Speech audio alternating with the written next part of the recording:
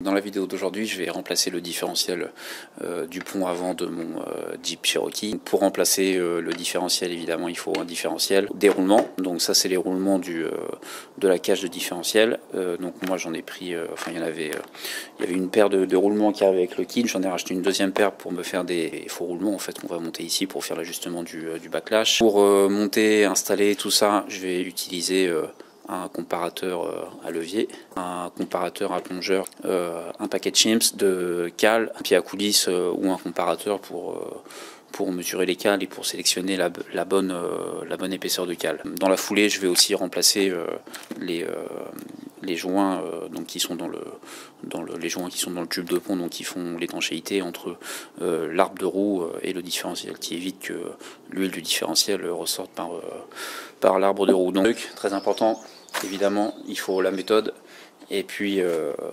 une autre feuille sur laquelle on va noter les valeurs de jeu de denture mesurées. Donc voilà, ça c'est le différentiel d'un A30. Et donc là, ce que je vais faire, je vais mesurer le backlash. Donc le backlash, c'est le jeu de denture. Voilà, je vais positionner le comparateur à levier pour faire la mesure, et puis je vais enregistrer cette valeur parce qu'elle va me servir par la suite. Là, j'ai positionné le comparateur à levier donc pour faire la mesure. Donc si vous utilisez un comparateur à levier, quand vous positionnez le comparateur, il faut vraiment faire attention. Ça, c'est un truc qui est super important, sinon ça fausse la mesure. Il faut que le levier du comparateur soit le plus possible parallèle à la surface qu'il va mesurer. S'il n'est pas parallèle, si tu le mets comme ça légèrement de travers par rapport à la dent, la valeur de jeu de denture que tu vas mesurer, elle va être complètement fausse. Elle sera beaucoup plus importante qu'elle ne l'est en réalité. Ça fonctionne comme ça. Clac. Donc c'est beaucoup plus facile à mesurer avec les plongeurs. En fait, ici c'est chiant parce que tu n'arrives pas à le mettre bien perpendiculaire à la surface, parce que les plongeurs ils sont souvent trop gros et pas assez longs, donc ça c'est vraiment galère. Donc les petits comparateurs à levier comme ça, c'est top. Donc là c'est un comparateur au centième de millimètre, donc chaque petite graduation représente un centième de millimètre. Mon 0, là il est là, donc là j'ai fait le 0 tout à l'heure, et voilà. Donc là quand je fais bouger la couronne, j'ai un jeu de denture de 25 centièmes de millimètre. Donc ça veut dire que quand j'aurai remplacé la cage de différentiel, une fois que j'aurai remonté la couronne sur le nouveau différentiel, il faut que j'arrive à une valeur de backlash qui soit légèrement inférieure à 25. Je vais essayer de me mettre à, je sais pas si j'y arrive, on verra, entre 20 et 22 centièmes de millimètre pour éviter de faire trop pénétrer la denture du pignon dans la couronne, puisque c'est déjà un pignon et une couronne qui ont déjà pas mal servi, quoi. Maintenant je vais enlever le comparateur, ensuite déposer le différentiel. Donc il faut enlever ces deux vis là. Il faut évidemment faire attention aux chapeaux de roulement, ils sont tous repérés. Donc là ici, je ne sais pas si vous le voyez, mais juste au-dessus de mon doigt il y a un F à l'horizontale. Sur le pont lui-même, il y a un F ici à l'horizontale, donc ça veut dire que celui-là, évidemment, il va de ce côté-là et dans cette position-là. De l'autre côté, c'est la même, mais avec un S. Donc il faut vraiment faire attention une fois que vous avez enlevé les chapeaux de roulement. Moi, de ce côté-là, c'est super lisible, il n'y a pas d'ambiguïté. De l'autre côté, le S, il est un peu bizarre, donc celui-là, il est un peu plus ambigu, il faut le connaître. Donc voilà, si tu sais pas, tu mets deux points ici avec un poinçon, 2 points là sur le pont, et puis comme ça t'es sûr de pas te planter, quoi. Donc, j'ai déposé les chapeaux de roulement. Donc ça c'est du 5/8. Voilà.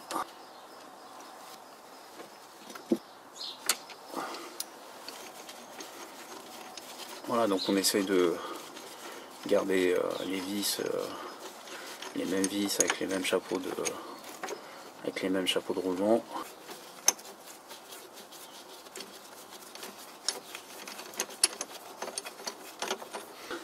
Je vais sortir le différentiel. Donc pour le sortir, on peut utiliser un pied de biche comme ça ici par en dessous. Donc il faut y aller doucement. Voilà, j'ai mis un coup dans la caméra.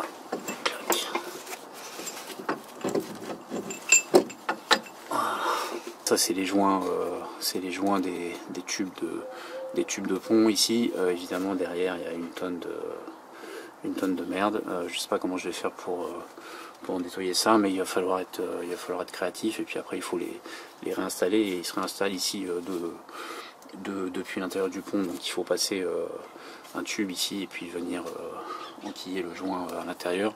Là ici ce qu'on voit en rouge c'est du silicone en fait qui est monté quand le tube est rentré à force dans le corps de pont, quoi.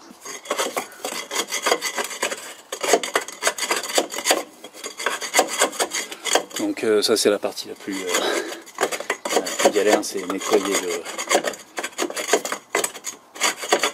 nettoyer le tube de pont de toute la merde qu'il y a dedans pour que évidemment ça soit propre à l'installation du nouveau joint. Donc voilà, ça c'est pas très passionnant, mais c'est nécessaire.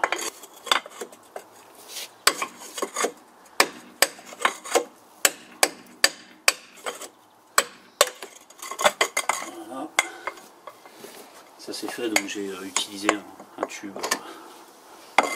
Il faut protéger le pignon pour éviter qu'il y ait des merdes qui se mettent dedans. Et puis voilà, bon, je vais faire l'autre côté. Je vais pas le filmer parce que c'est pas très intéressant. Vous avez compris le concept.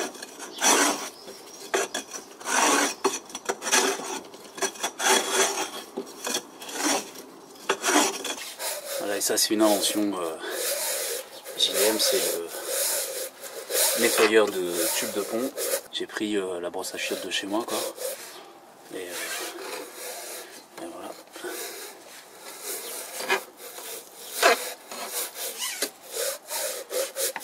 Comme ça. Ça permet de bien enlever toute la merde qui est à l'intérieur, d'un côté et de l'autre.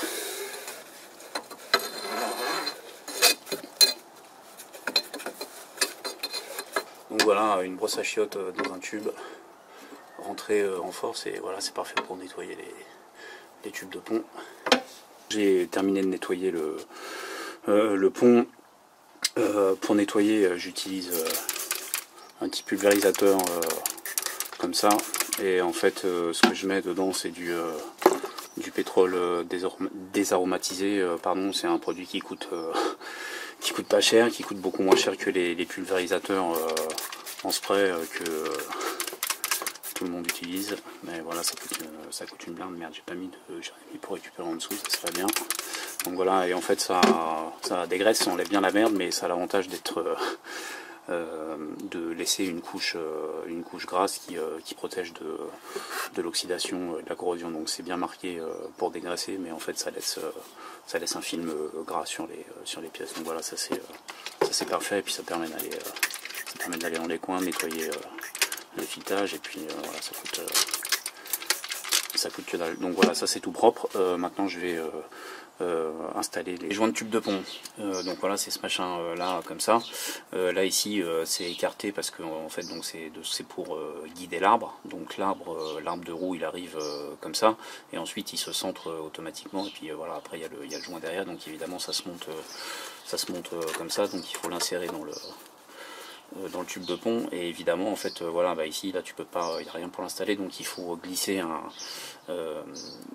tube ou un outil en fait qui permette de venir appuyer là-dessus, et puis cogner depuis l'autre extrémité du pont. Donc voilà, ça c'est le principe du joint de tube de pont. Et voilà, il y a ce qu'on peut mettre là-dedans, c'est une douille de 36 mm, donc il faut faire attention parce qu'il y a des douilles qui sont plus ou moins épaisses, donc ça peut être un peu 36 ou 32, je sais plus, je crois que c'est 32 mm. Donc voilà, moi j'ai fait un espèce de truc que j'ai bricolé, qui va, j'espère, me permettre d'installer mes joints convenablement. Donc voilà, je vais installer le joint de ce côté-là en premier. En fait, le problème, c'est que pour mettre le premier, ça va, parce que là, ici, de ce côté-là, il n'y a pas de joint. Donc, je peux passer des grosses douilles, tout passe dans le tube. Mais ensuite, pour le second, évidemment, il y aura un joint ici qui va m'empêcher de passer la douille. Donc, il faut trouver un système pour que voilà, tu puisses installer les deux sans te prendre la tête. Pour que ça glisse mieux, je vais mettre un petit peu d'huile de pont sur le joint et sur le roulement. Voilà.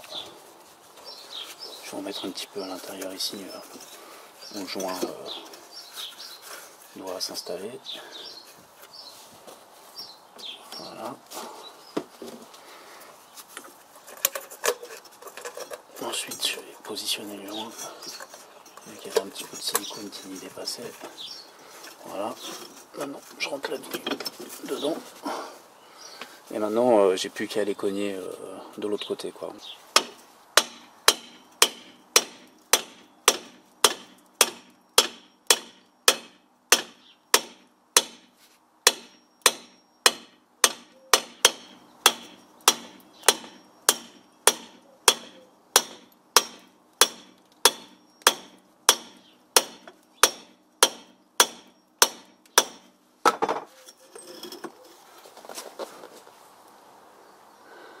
Il n'est pas tout à fait bien parallèle.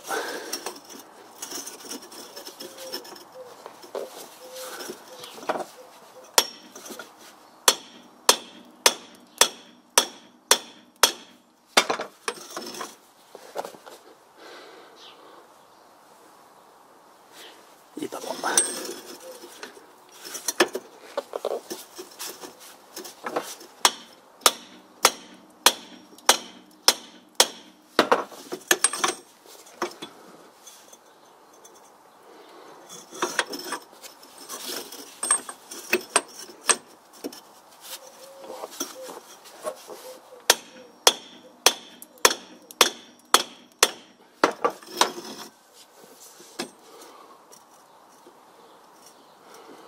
Bon voilà, il va falloir que je revoie un petit peu ma technique. Ouais, quoique... Oh non, ça va, il est plutôt pas mal, quoi. Donc voilà, maintenant la difficulté c'est d'enfiler un truc là-dedans. Évidemment de ne pas abîmer le joint qu'on vient d'installer. Donc il faut que ce soit un truc assez fin et assez long qui permette d'éviter le joint, quoi. Donc là je vais utiliser mes rallonges. Donc le joint je le mets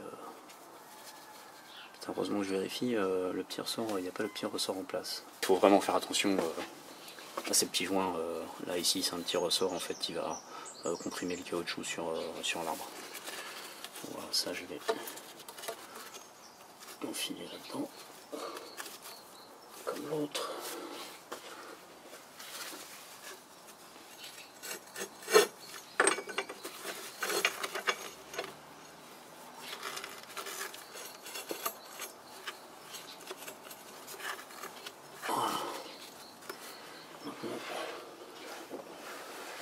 Il faut que je tape dessus.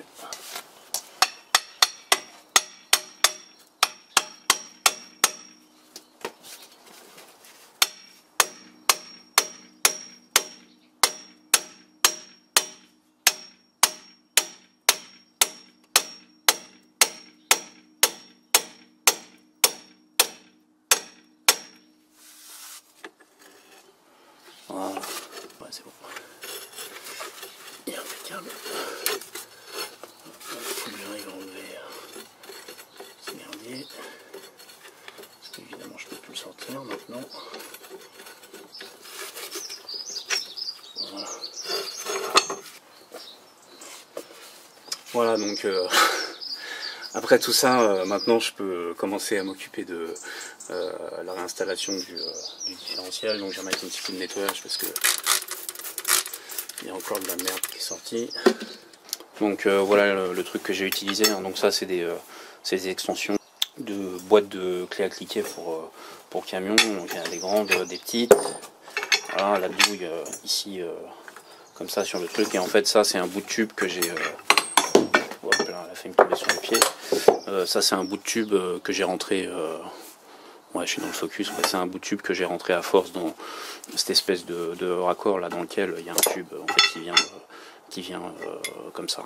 Donc, voilà, avec ça le tube voilà, il est assez long pour pouvoir ressortir tranquillement des deux côtés, et voilà, donc c'est avec ça que j'ai... Putain, j'ai réussi à faire une connerie, putain. Voilà, donc ça c'est ce que j'ai utilisé pour installer les joints, évidemment. Tant que je suis là, tant que j'y pense, il faut pas oublier de les lubrifier à l'intérieur, évidemment, avant d'insérer les axes de roue. Donc voilà, maintenant on va passer au but numéro 1 de la vidéo, c'était voilà, le remplacement du différentiel et le réglage du backlash. Donc voilà, je vais pouvoir commencer à préparer l'installation du différentiel. Donc avant de se lancer là-dedans, il faut bien, comme là il a déjà été monté, il faut s'assurer que tout soit bien, que toutes les surfaces ici soient bien lisses et propres, qu'il n'y ait pas de résidus d'usinage ou de trucs comme ça. Déjà là ici je vais vous montrer, je vais faire un zoom. Donc déjà là ici il y a des petites aspérités que je vais rattraper hein, avec de la toile émerie, histoire que ça gêne pas l'installation des roulements. Là ici j'aime bien passer un petit peu de petite pierre à poncer pour évaluer en fait, hein, parce que là ici on sent si on l'arrête elle est pas super, donc ça faut que ça soit vraiment plan.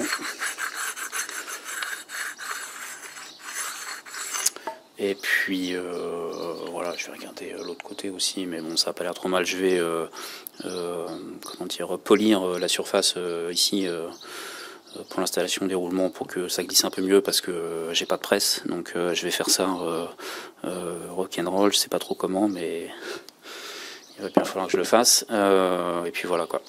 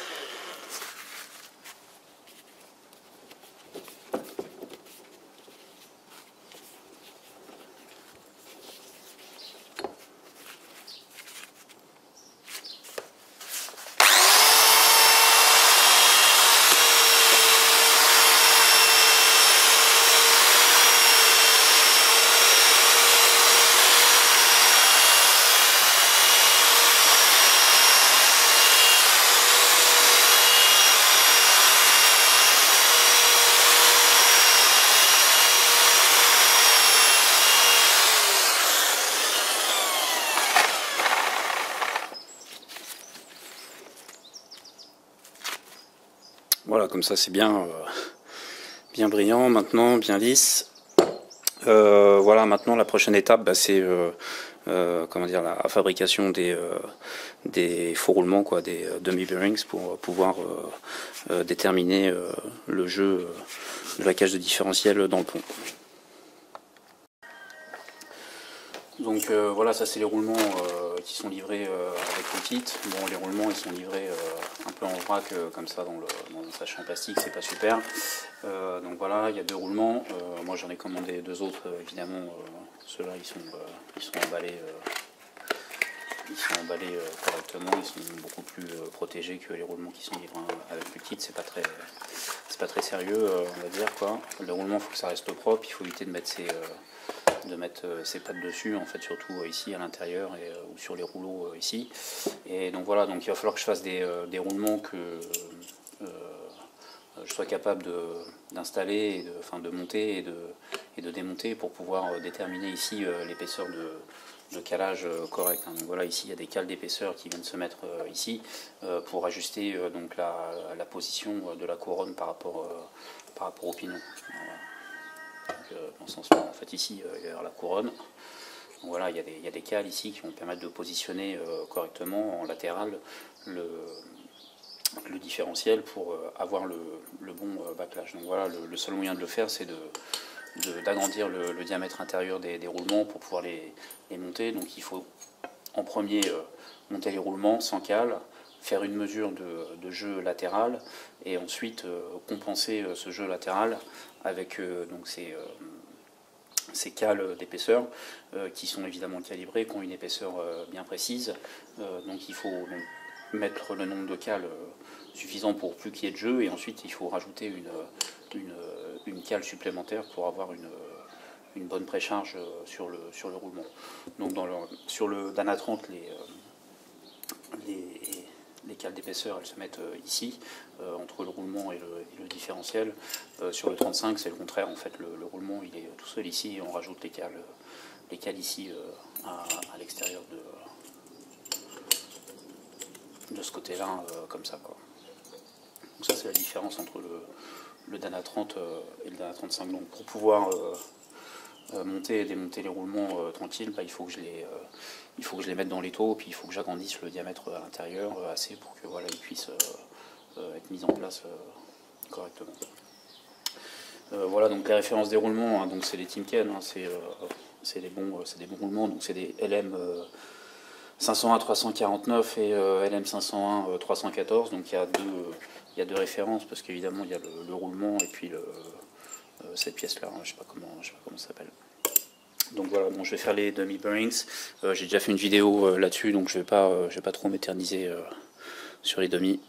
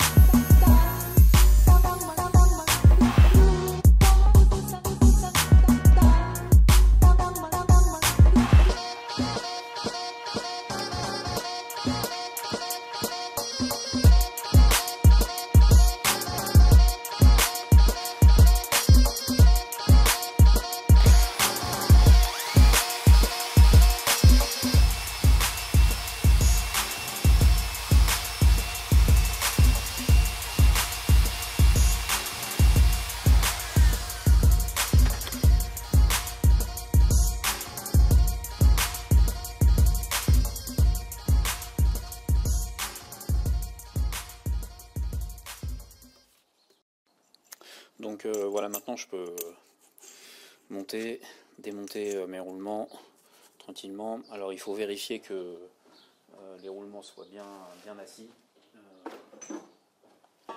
Si il reste quelques dixièmes de millimètre ici, donc ça c'est pas le roulement, c'est la cage qui bouge. Mais là vraiment il faut que la base du roulement elle soit parfaitement en contact avec la cage de différentiel, parce que sinon évidemment ça va fausser la mesure. Donc pour être sûr qu'il soit bien assis, voilà, tu peux le taper un petit peu comme ça, et hop. Voilà, pareil de l'autre côté, pour vérifier que voilà, ici il est absolument zéro jeu.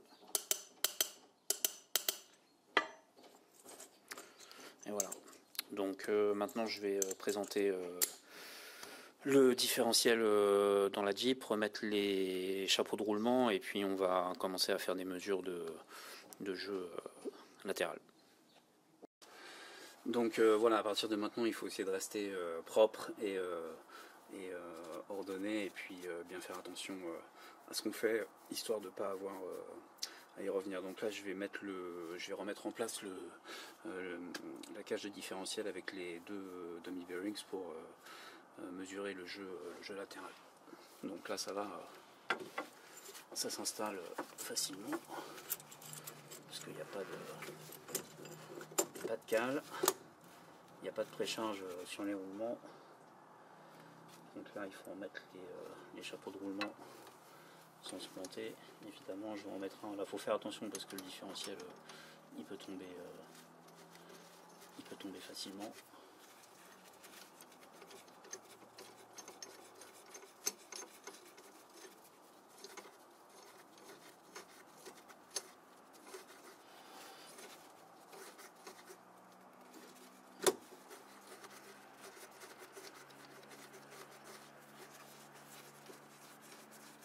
Donc là, il faut bien vérifier, hein. Là, j'ai la lettre F à l'horizontale, F à l'horizontale.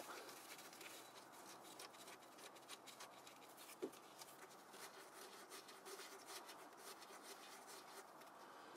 voilà. Et le deuxième, F vertical en bas, F vertical en bas.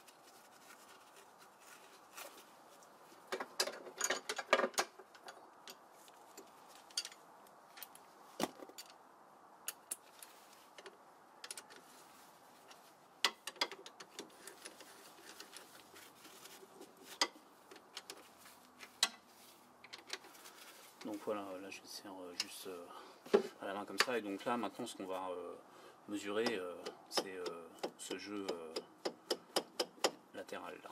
Donc on doit mesurer ce jeu soit sans la couronne, ou alors sans le pignon. Bon, moi je vais pas toucher, je vais pas démonter mon pignon, donc voilà, je vais le mesurer sans la couronne. Donc je vais, voilà, comme tout à l'heure, je vais positionner le comparateur. Cette fois-ci, je vais utiliser un comparateur à plongeur qui est plus adapté pour cette mesure, parce que là j'ai une course qui est assez importante quand même, quoi. Donc voilà, je vais mettre ça en place. Ouais, j'en profite pour vous montrer. Il a fait un peu froid par chez moi, quoi. Voilà, ça c'était un seau de 10 litres, d'eau en fait. Bon, ce qui est assez intéressant, c'est que à l'intérieur il reste de l'eau liquide qui est pas gelée, quoi. Et voilà, c'était un glaçon. Bon, allez, c'est reparti, on continue pour le différentiel. Donc voilà, j'ai positionné le comparateur à plongeur cette fois-ci pour pouvoir mesurer le jeu latéral de la cage de différentiel.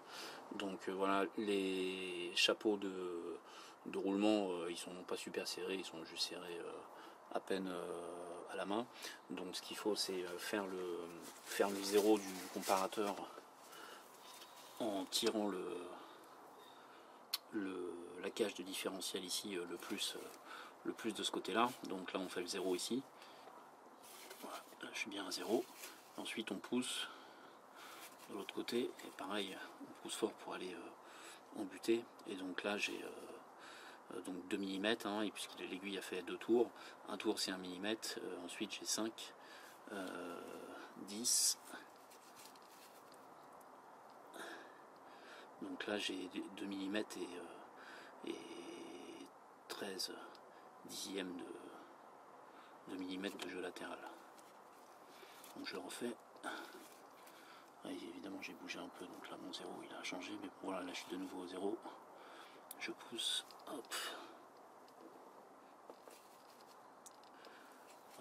Donc 2 mm et 12-13 dixièmes de millimètre. Donc je vais faire la mesure en autres points pour voir si je retrouve les mêmes valeurs. Et puis ensuite, voilà, donc cette valeur, je vais l'écrire dans mon tableau. Donc ça, c'est ma valeur de jeu latéral total. Ensuite, je vais installer donc la couronne ici. Je vais refaire la même mesure. Je vais donc mesurer le jeu qu'il va y avoir entre la cage du différentiel et la couronne. Donc ça va me donner la valeur totale de cale à mettre de ce côté-là, et ensuite la valeur du jeu total moins cette valeur de jeu, ça va me donner l'épaisseur ici en cale d'épaisseur à mettre de ce côté-là du différentiel, à laquelle il va falloir que je rajoute, je sais plus combien, enfin voilà, quelques cales pour la précharge des roulements. Donc voilà le principe, hein, je répète. Donc on fait une mesure de jeu total comme ça, donc soit sans le pignon, soit sans la couronne, histoire de mesurer le jeu total. Ensuite on installe la couronne, on fait la même mesure en mesurant le jeu qu'il y a entre la couronne et le pignon, ça nous donne une valeur de cale qu'il va falloir mettre de ce côté là, et ensuite on soustrait cette valeur de la valeur du jeu total donc, que je viens de mesurer là, et ça nous donne l'épaisseur de cale ici, à laquelle on doit rajouter une cale de précharge.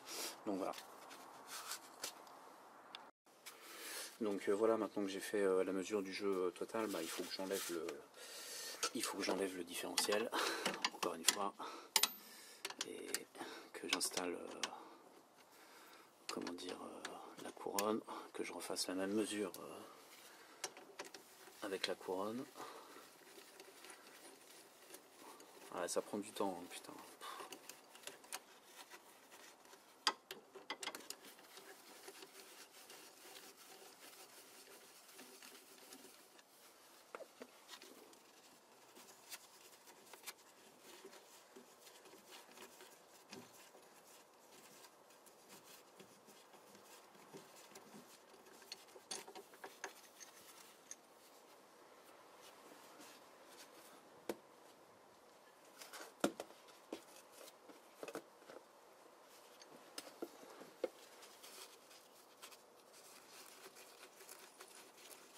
Là, il faut faire attention parce qu'évidemment le différentiel, il va avoir envie de tomber.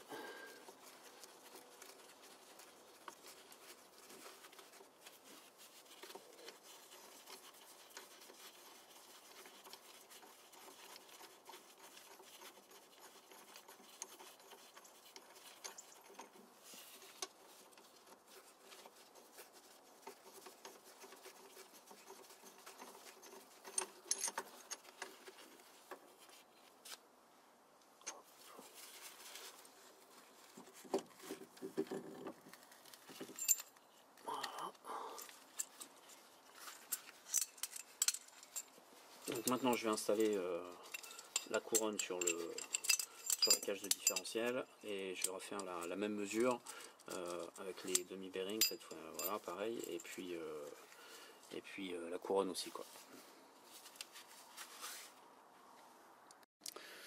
Donc maintenant je vais déposer la couronne de mon différentiel pour pouvoir la réinstaller sur le nouveau différentiel.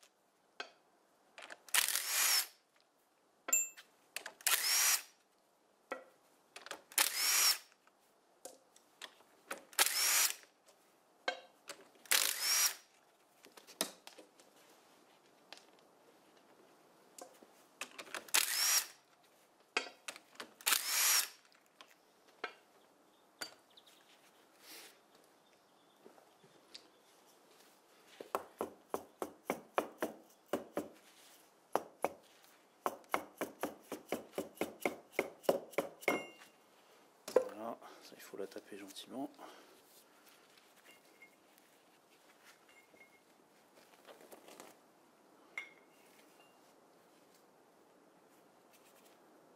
Voilà.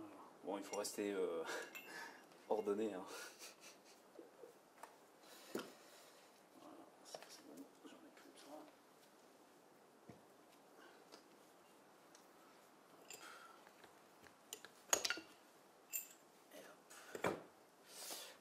Voilà, donc là j'ai récupéré la couronne de mon ancien différentiel que je vais nettoyer. Je vais nettoyer les filetages comme je peux, et puis bah, voilà, il faut que je la réinstalle maintenant sur le nouveau différentiel. Donc maintenant je vais réinstaller donc la couronne sur le nouveau différentiel. Donc là cette surface évidemment il faut que ça soit bien propre. Je vais nettoyer les trous aussi parce qu'il y a des résidus de frein filet. Un petit coup de chiffon. Petit coup de soufflette dans les trous. Putain que ça fout là ça.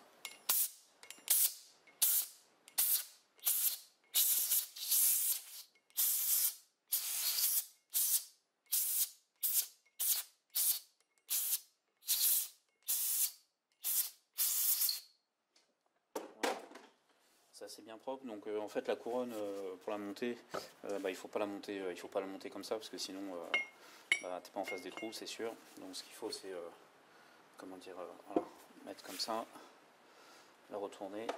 Ensuite par le dessus on arrive à voir les trous.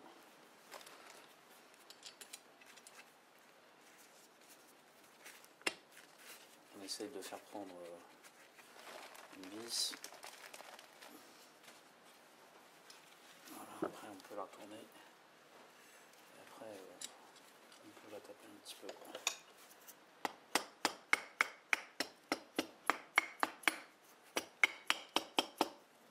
Qu'elle se mette en place.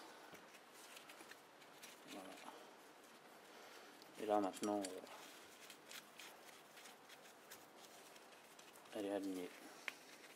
Donc dans le kit que j'ai acheté, j'ai des nouvelles vis, donc je vais les mettre. Hein. Bon, c'est pas obligatoire de les remplacer, mais voilà, en tant qu'à faire, comme je fais un différentiel neuf, je vais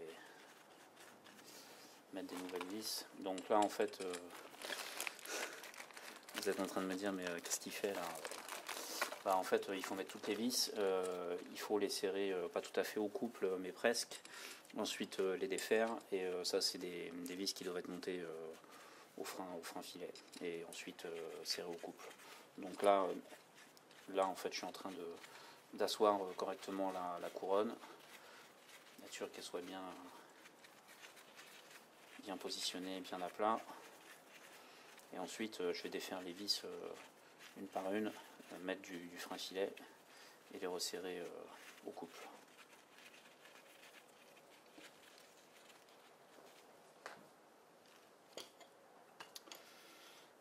J'avais une douille tout à l'heure, je ne sais pas où elle est passée, si elle est là.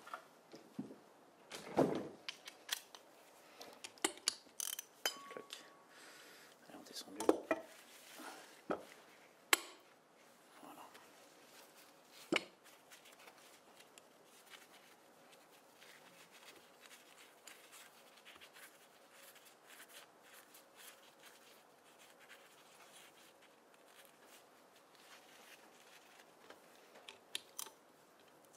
Donc évidemment là-dessus, il faut vraiment serrer en étoile et puis y aller progressivement en plusieurs fois pour qu'il n'y ait pas d'effort interne.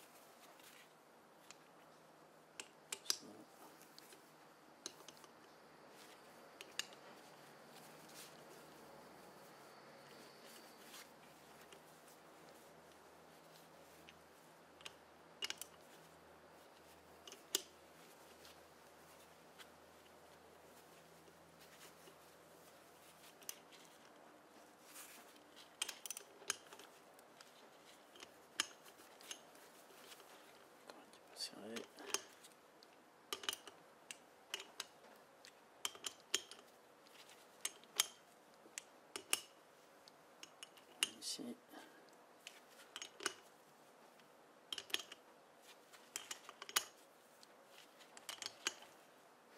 Voilà.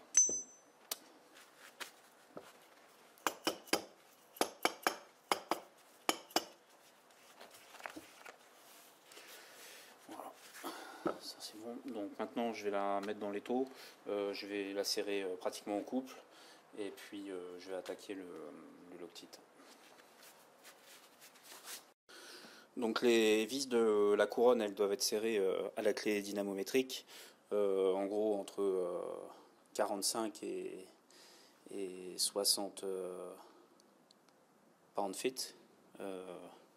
En newton-mètre, je sais pas. Donc moi j'ai une clé dynamométrique de merde, mais par contre j'ai un appareil qui permet de calibrer les clés dynamométriques. Donc ça mesure le couple en fait comment dire, qui est transmis par la clé. Donc là je l'ai mis à 50 et en fait je regarde même plus la graduation de ma clé parce que elle est pas du tout juste quoi.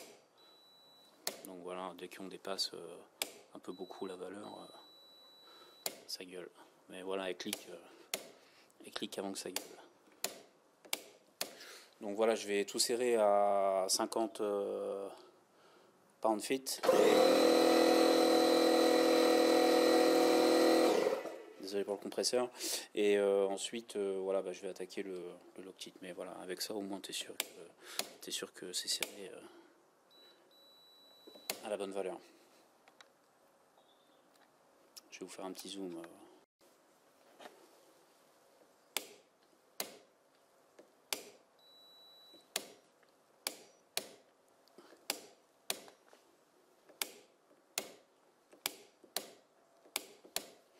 Voilà. Donc la couronne, il faut la serrer en séquence. Hein. Moi, je suis pas partisan je bloque tout direct. Donc là, je vais y aller petit à petit, à la main, comme ça.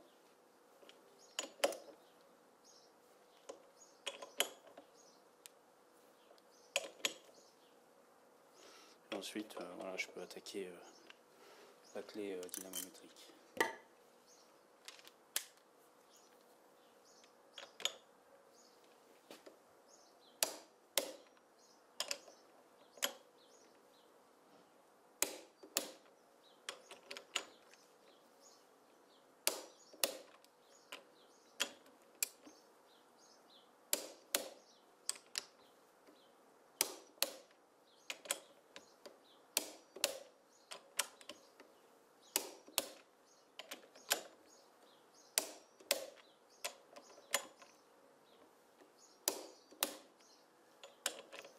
Je sais plus.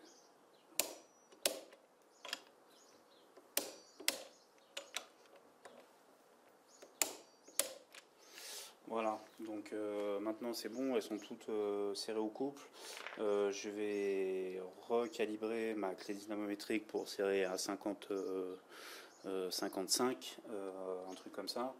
Et puis après je vais attaquer le frein filet. Donc voilà, maintenant je vais attaquer le frein filet. Donc je vais enlever une par une chaque vis.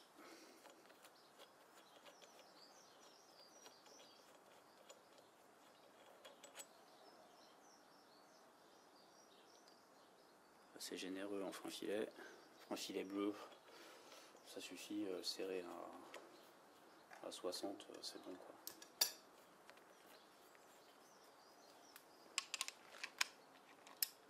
Et maintenant je la serre au couple définitif.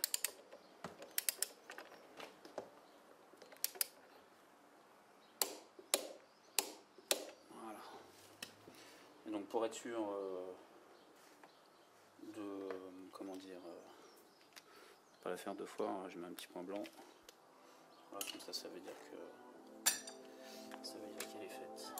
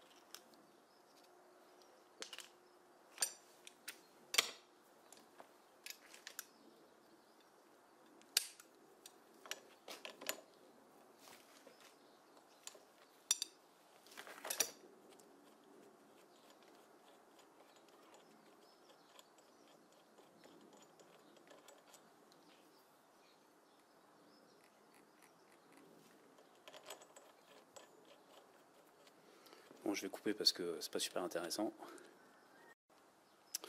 Donc ouais, je sais que c'est chiant ce que je fais là, donc de le serrer déjà une première fois, ensuite de le serrer complètement, pratiquement en couple, ensuite de les redesserrer une par une, de remettre le frein filet vis par vis et de tout serrer au couple. En fait, c'est pour améliorer l'efficacité du frein filet, parce que si tu mets du frein filet et que tu fais un serrage, deux serrages, trois serrages dessus, bah en fait c'est pas très bon pour le frein filet et voilà. Donc de cette façon, il est mis, il est serré une fois et voilà, comme ça il n'y a pas de souci. Je suis sûr que tout est bien équilibré. Et voilà, donc maintenant on va aller remettre ça donc dans le pont, pareil avec les dummy bearings, et on va mesurer le jeu qu'il y a entre comment dire entre la couronne et le pignon. Donc maintenant on refait la même, hein. On réinstalle la cage de différentiel avec la couronne, cette fois-ci toujours les dummy bearings. Voilà.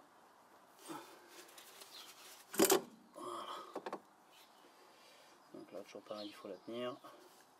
Il ne faut pas se planter en remontant les chapeaux de roulement.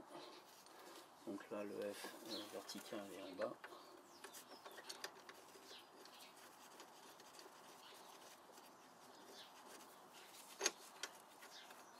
Donc là la cage de différentiel il faut la tenir parce que sinon ça tombe. Et là si elle tombe c'est la merde.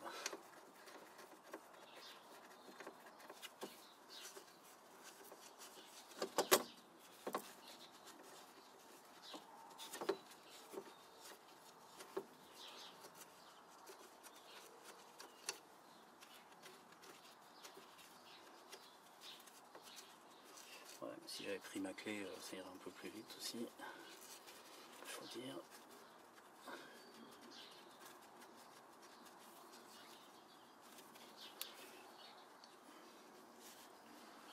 Voilà, le F horizontal en bas.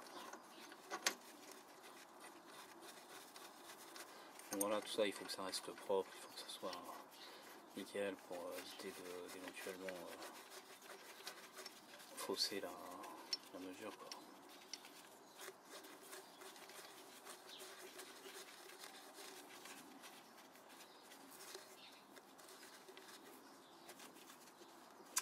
Donc voilà, donc maintenant, donc tout à l'heure j'avais 2 mm 15 de jeu. Maintenant avec la couronne, ce qui se passe c'est que le différentiel il va moins loin parce qu'il bute contre contre le pignon. Donc voilà, maintenant il faut prendre le jeu qu'il y a entre voilà quand ils ont buté ici et quand il vient cogner contre le pignon, et il faut donc soustraire cette valeur de la valeur totale qu'on a mesurée et mettre l'épaisseur correspondante en calage de ce côté là. Donc là tout à l'heure j'avais 2 mm, là normalement je devrais en avoir moins, quoi. J'ai pas l'impression, bon. On va voir. Voilà, bon, je vais serrer ça tranquille, après je vais mettre le comparateur en place et voilà. Donc voilà, j'ai repositionné le comparateur à plongeur. Donc cette mesure, elle est chiante à faire en fait. Donc il faut faire le zéro en poussant la cage de différentiel au maximum par là, de ce côté-là. Donc voilà, là j'ai fait mon zéro. Et ensuite, il faut tirer de l'autre côté.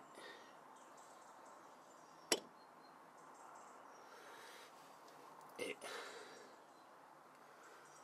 voilà, maintenir ici. Et en fait le problème qu'il y a, c'est que comme là de ce côté là la cage du roulement, en fait le chapeau du roulement il est toujours coincé dans dans le chapeau de roulement. En fait on a un peu de jeu ici, et donc ça fausse la mesure. Donc pour éviter ça, il faut redesserrer le chapeau de roulement. Et avec des petits tournevis, en fait, il faut essayer de pousser la cage du roulement. comme ça. Ça limite le jeu et la mesure est plus précise, quoi. Voilà, ensuite il faut resserrer un petit peu. Et voilà, et donc là maintenant on peut lire exactement donc le jeu qu'il y a entre la couronne et le pignon. Donc là je suis à 1,95. Donc là évidemment maintenant si je veux refaire le 0, bah, je peux pas parce que comme la cage du roulement je l'ai avancé, donc voilà, maintenant si je veux refaire le 0, revérifier, il faut que je redesserre, que je repousse à fond, et voilà, donc je suis à 1,95. Donc je vais le refaire, je vais redesserrer. Il faut vraiment la faire plusieurs fois parce que et retrouver à chaque fois les mêmes valeurs. Donc là si je retombe sur 0, voilà, c'est bon. Donc là je suis sur mon 0. Et donc si je repousse de l'autre côté, voilà, j'arrive à 1,95. Donc voilà, ça je vais noter cette valeur. Il faut que je la soustrais. Donc ça, à 1,95, c'est l'épaisseur de cale que je vais devoir mettre ici, donc côté de la couronne. Et donc 1,95 moins la valeur que j'avais précédemment, c'est l'épaisseur de cale qui va aller de ce côté-là. Voilà. Donc voilà, j'ai fait les mesures de jeu latéral que j'ai reportées dans mon tableau ici. J'ai trouvé donc les épaisseurs de cale qui correspondent. Voilà, j'ai fait un montage vite fait et en fait j'avais vraiment pas assez de backlash, j'étais vraiment au minimum, donc c'était comme c'est pas un pignon et une couronne qui sont neuves, donc j'ai modifié mes épaisseurs de cale de façon à augmenter un petit peu le backlash. Et donc voilà, puis j'ai senti que le différentiel il avait vraiment du mal à rentrer dans le pont. Donc voilà, donc finalement ici côté opposé de la couronne, je me retrouve avec 0,65 mm de cale. Et au début j'avais calculé combien, ouais, 0,54. Donc en fait j'ai déplacé les épaisseurs de cale de ce côté là. Donc vous voyez, c'est pratique, hein, les dummy bearings, on met les cales, on installe comme ça. Et donc là côté couronne, maintenant je me retrouve avec un 46. Voilà, au début je devais avoir un 9, mais bon, j'ai été obligé de déménager les cales de l'autre côté. Donc voilà, ça c'est c'est la soupe, hein, qu'il faut faire après en interne. C'est ça qui prend beaucoup de temps parce qu'évidemment à chaque fois il faut monter, démonter, monter, démonter le différentiel, et ça prend un max de temps. Donc voilà, j'insiste là-dessus, c'est bien d'avoir une feuille de papier, de noter les mesures, de noter les épaisseurs de cale. Et voilà, donc ça c'était mon premier jeu de cale. Donc c'est bien aussi d'avoir un paquet de chims, de cale d'ajustement. Moi j'en avais pris 2, comme ça permet vraiment d'ajuster des valeurs assez fines si besoin. Donc voilà, je vais partir là-dessus. Je vais le monter dans le pont. Je vais mesurer le backlash et voilà, j'ai mis en place l'écarteur, et puis je vais vous montrer comment ça fonctionne avec l'écarteur, parce qu'en fait le différentiel du Dana 30 sans l'écarteur c'est vraiment une galère à mettre. Évidemment s'il est vieux, s'il a 200 000 km et que voilà, il y a du jeu dans les roulements et tout, ça va, mais au bout de voilà, comme là les roulements sont neufs, le différentiel est neuf, c'est vraiment une tannée. Donc voilà, on va aller sous la voiture, je vais vous montrer l'écarteur. Donc voilà, ça c'est un écarteur pour pont Dana, donc ça fonctionne sur les Dana 30, 35, 40, 50, 60. Donc ça permet d'écarter le corps de pont ici pour permettre l'installation de la cage de différentiel. Donc voilà, ça pèse, c'est super lourd, hein. Ça c'est du plat super épais, massif. Je l'ai sécurisé ici avec un serre-joint 1 tonne parce que voilà, si jamais quand tu travailles les pions, je sais pas, ils sautent des pions là ici, bah voilà, c'est pas bon, si t'as la main en dessous, c'est pas bon. Donc voilà, ça sert à écarter le différentiel en serrant sur la vis qui est ici, là, tout en bas de l'écran, en serrant la vis. Et donc voilà, comme c'est repris ici, je sais pas si vous avez remarqué, mais sur les ponts Dana il y a toujours 2 trous ici, bah les 2 trous, voilà, ça sert à ça. C'est pour monter les écarteurs de pont, et il faut pas écarter le pont de plus de 0,5 mm. Donc j'ai monté le comparateur, j'ai fait mon 0 et je vais serrer la vis. Voilà, je vais essayer de faire un gros plan pour que vous voyez comment ça fonctionne. Voilà, donc j'ai placé le comparateur, je vais faire le 0 du comparateur. Donc là je suis en train d'avancer la sonde. Évidemment tant qu'elle ne touche pas, bah, ça bouge pas. Voilà, donc ça on va dire que c'est mon 0. Ensuite donc je peux pas, faut que je reste à 0,5 mm pour l'écartement. Donc je vais l'avancer de 0,5 mm, comme ça quand il va s'écarter, bah, il va se mettre à 0. Bon, je vais avancer un petit peu plus, comme ça je suis tranquille. Donc voilà, là j'ai avancé la sonde de 1 mm. Voilà. Là ici je fais mon 0. Voilà, donc maintenant quand je vais utiliser l'écarteur, bah, faut que je m'arrête à 0,5. Donc 0,5 ça fait un tour de cadran. Comme l'autre partie du du comparateur, elle est située un peu plus bas et qu'elle n'est pas parfaitement ici, en fait voilà, la mesure est un petit peu faussée, donc je vais pas aller jusqu'à 0,5, je vais m'arrêter un petit peu avant. Et voilà, maintenant mon cerveau vient bouger.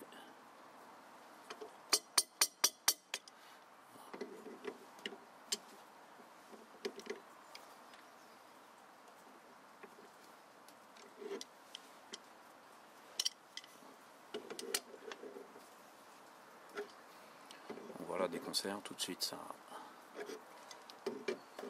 écarte le pont.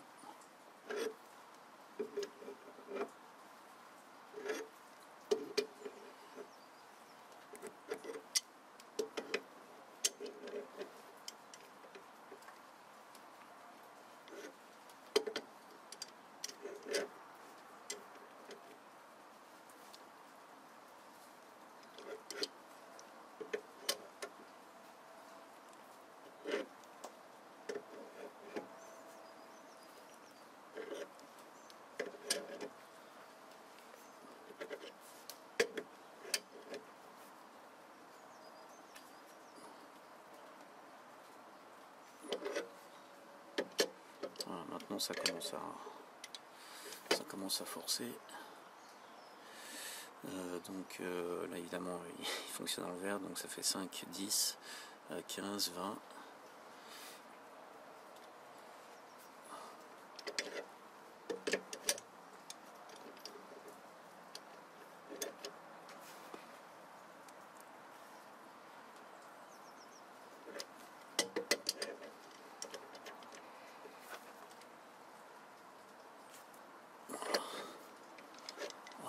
Je vais m'arrêter là.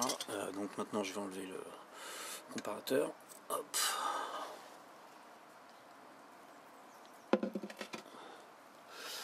Voilà, donc maintenant je vais mettre en place le différentiel. Je vais remettre la caméra sur le trépied parce que là elle est en plein milieu du chemin.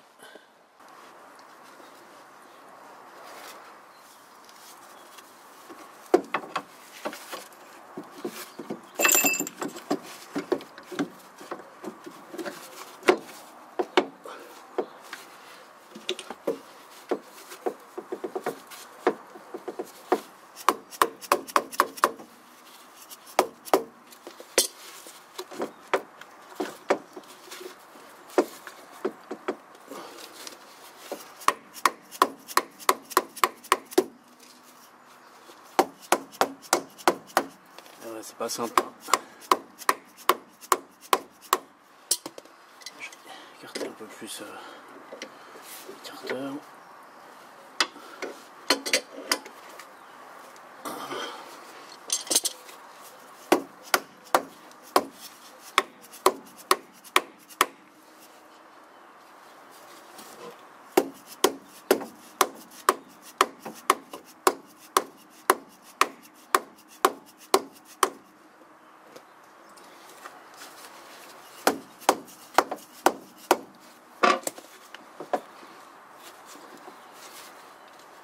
Ah, il me fait chier hein, ce con hein.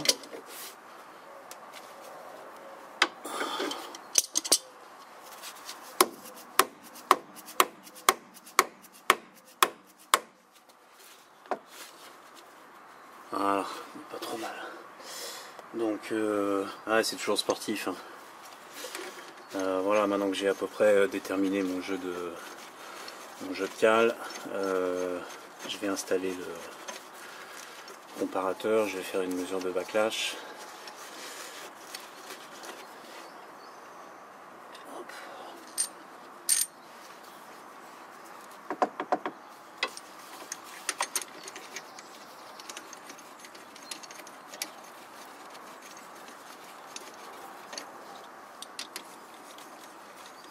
Donc je vais faire une mesure de backlash, ensuite je vais faire une empreinte pour voir si les mesures que j'ai prises sont bonnes, et puis voilà. Donc j'ai déjà fait un essai de montage une fois. Le backlash était vraiment trop serré, donc j'ai déplacé des cales de ce côté là pour les transférer de ce côté là, comme j'ai expliqué tout à l'heure.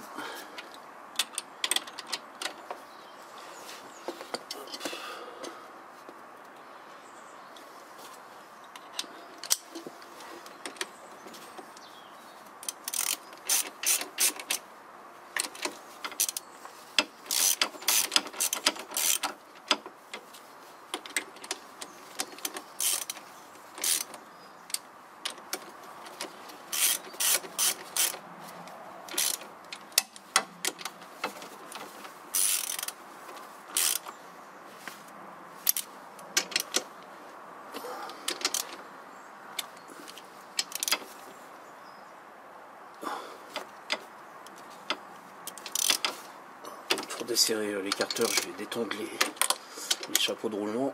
Hop, parce que là évidemment l'écarteur il est serré.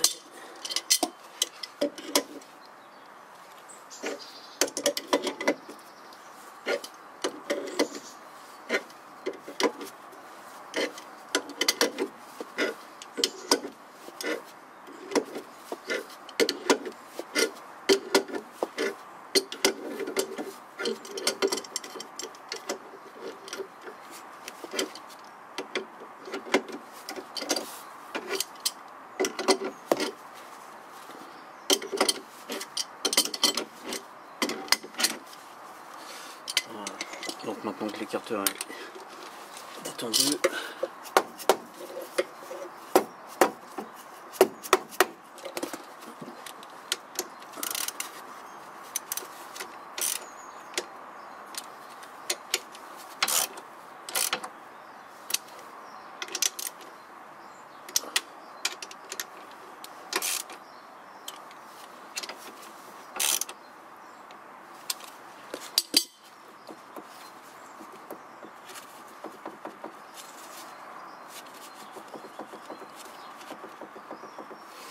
voilà, bon, on dirait que j'ai un backlash qui est pas trop mauvais comme ça. Je vais installer le comparateur, je vais le mesurer, et puis ensuite on va faire une empreinte.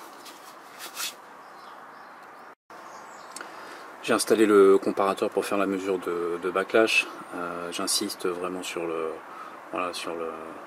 le parallélisme entre le levier du comparateur et la dent. Il faut vraiment que ça soit sur la pointe de la dent, et que voilà, le levier soit le plus parallèle possible à la dent. Et puis évidemment il faut qu'il reste un peu de course dans les deux sens. Donc là je mesure à peu près 25-26 centièmes de millimètre. De mémoire c'est ce que j'avais à l'origine. Je vais vous montrer la lecture du cadran. J'ai 25 centièmes de millimètre, donc je vais vérifier sur mes notes, mais je pense que voilà, c'est à peu près la valeur que j'avais au démarrage. Le backlash, il faut essayer de le mesurer sur plusieurs dents pour être sûr. Donc là, je vais essayer de me recaler sur une autre dent.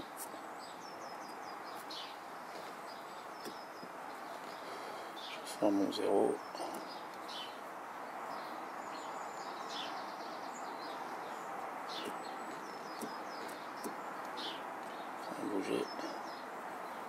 Ouais, il faut vérifier que à chaque fois ils reviennent bien sur le 0. Ah ouais, là j'ai pas beaucoup là. J'ai 18-19 centièmes.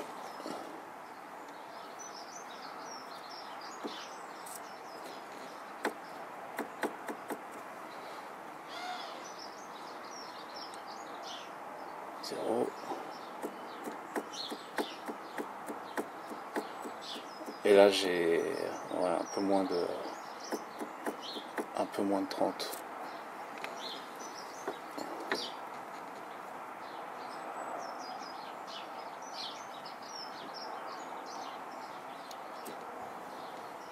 Zéro.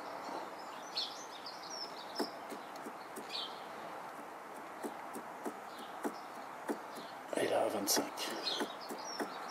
26, un peu plus. Faire le 0. Ouais, 26.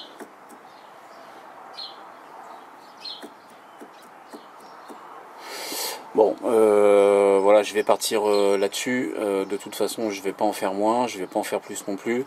Je vais enlever le comparateur et puis je vais faire une empreinte pour voir la tête que ça a.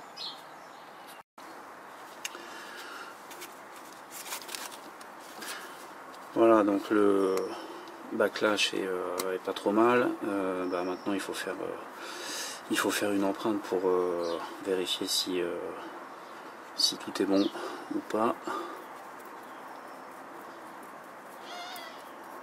Donc on utilise cette pâte jaune là pour vérifier l'empreinte des dents du pignon sur la couronne. On va mettre des deux côtés. Il faut qu'on repue le métal dessous pour avoir une belle empreinte. Il ne faut pas trop tartiner non plus.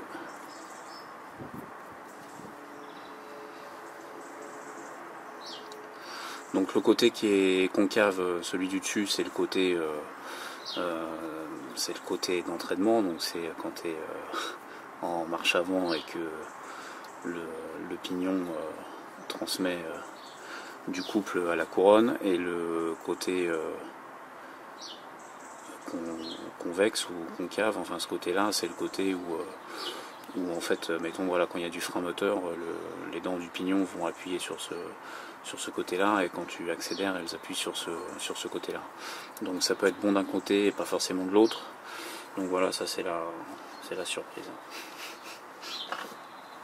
Donc évidemment ça il faut le faire avant de presser les roulements, parce que sinon une fois que tu as pressé les roulements, c'est cuit.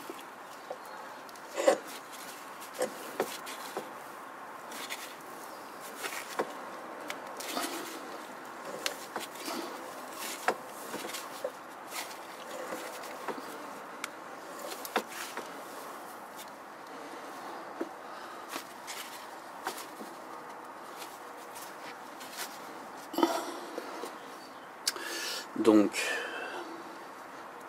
alors voyons voir ce qu'on a. Là, comme ça, j'ai envie de dire que mon pignon, il est un peu trop... la couronne rentre un peu trop dans le pignon, ou le contraire. Là le côté drive c'est pas trop mal centré, c'est plutôt vers le bas, pas trop vers le haut. Et ce qui me dérange un petit peu, c'est que j'ai toute la surface de la dent qui est comment dire, enfin on voit bien que la dent porte sur toute la surface, que la dent du pignon porte sur toute la surface de la dent de la couronne. Théoriquement, je devrais avoir une zone ici, voilà, centrée à peu près au milieu. Donc ça, c'est le côté drive. Et le côté coast, bah, c'est pareil.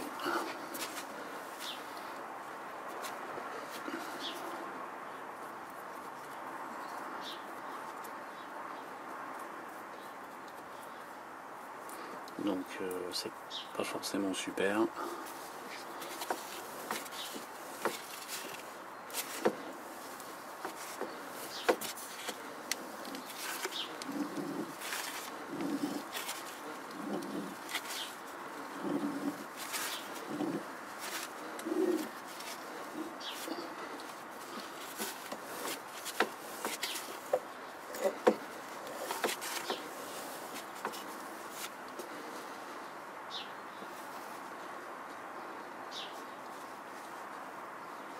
Mais on voit quand même bien que au centre, ici au milieu, c'est là où il y a, enfin on voit où la patte de marquage est la plus effacée. Donc je vais le faire à un autre endroit.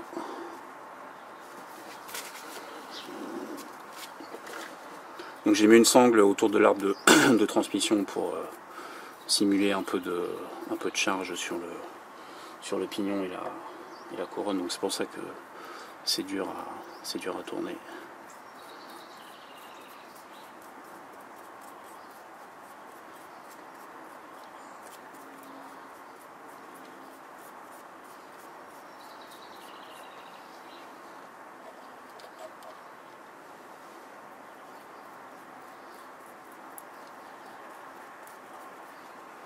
Ah ouais, c'est long, hein, putain, c'est long.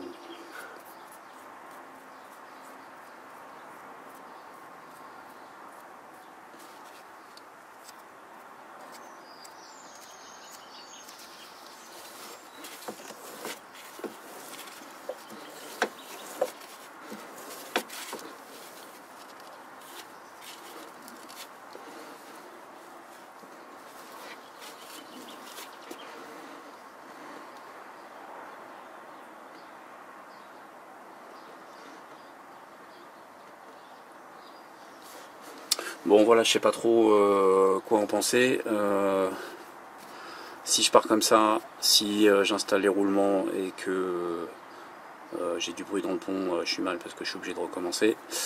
Donc c'est là où voilà, c'est là où il faut pas se monter et c'est là où il faut assurer quoi. On va en faire une autre ici pour voir.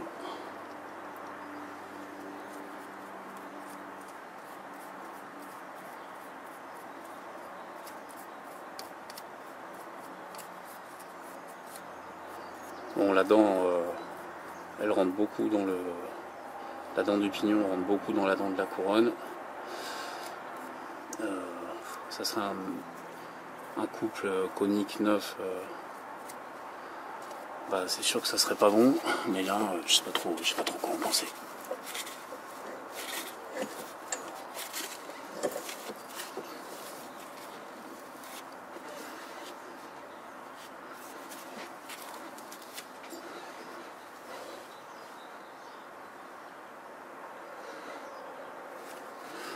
Donc je sais pas si on est dans le focus là, ouais. Donc là ici on voit quand même ici à ce niveau là que il y a vraiment plus du tout de pattes de marquage et en fait on voit qu'il en reste un petit peu autour. Donc en fait si on regarde bien j'ai juste ici là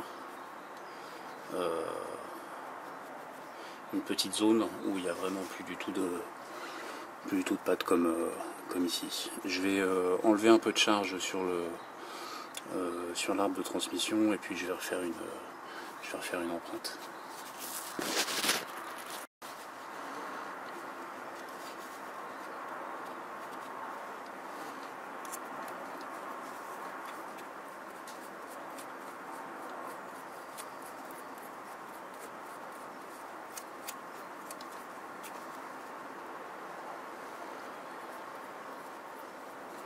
Bon, c'est surtout le côté pardon, le côté drive qui m'intéresse. Le côté coast, bon, c'est pas qu'on s'en fout, mais c'est pas le plus important.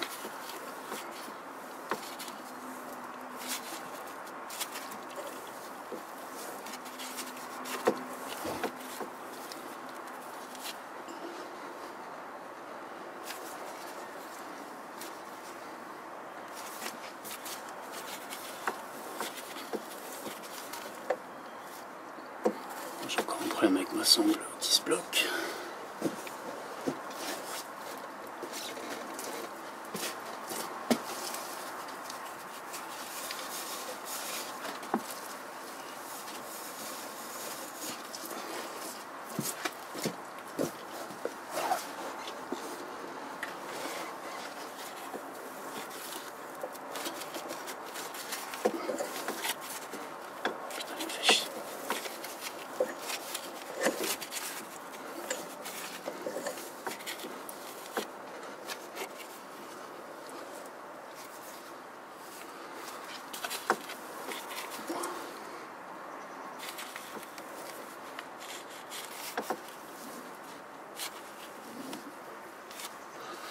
Bon, voilà ce que j'obtiens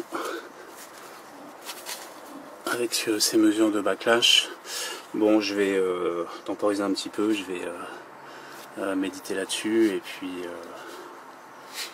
je vais décider de ce que je vais faire, à savoir est-ce que je me contente de cette empreinte ou est-ce que j'essaie d'améliorer en redéplaçant plus ou moins le plaquage du différentiel, tout en sachant que là de toute façon au niveau des valeurs de backlash je suis déjà dans les choux parce que j'ai plus de backlash que spécifié, et puis d'un autre côté j'ai les dents du pignon qui rentrent apparemment trop profondément dans la couronne, donc voilà, faut que je médite un peu là-dessus. Je vais voir si je peux pas faire quelque chose. Je trouve que l'empreinte est un petit peu trop basse sur la dent ici, donc je vais redémonter, je vais déplacer la cale la plus fine que j'ai de ce côté-là pour la mettre de ce côté-là pour essayer d'écarter un peu la couronne du pignon, et puis je vais refaire une mesure de backlash et puis refaire une empreinte pour voir si ça améliore quelque chose. Ce que j'aurais dû faire avant de me lancer là-dedans, c'est faire une empreinte déjà pour voir la tête qu'elle avait, pour essayer de retomber sur mes pieds. Mais bon, comme je ne l'ai pas fait, ben, je ne sais pas comment c'était avant.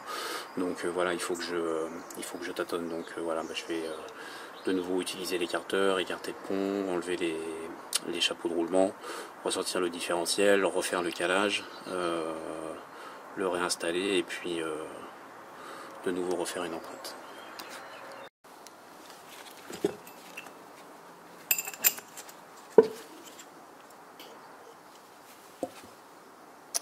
Donc il faut essayer de rester ordonné pour ne pas s'emmêler les pédales avec les cales côté gauche, côté droit. Donc moi je pose toujours le différentiel dans le même sens de ce côté-là, avec la couronne sur ma gauche. Donc je mets roulement de gauche vers la gauche, roulement de droite vers la droite, et cale de gauche vers la gauche et cale de droite vers la droite. Comme ça, voilà, je risque pas de me mélanger les pédales.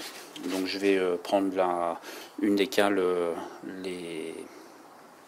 que j'ai les plus fines de ce côté-là pour la mettre de ce côté-là. Évidemment, il faut se souvenir de quelle épaisseur de cale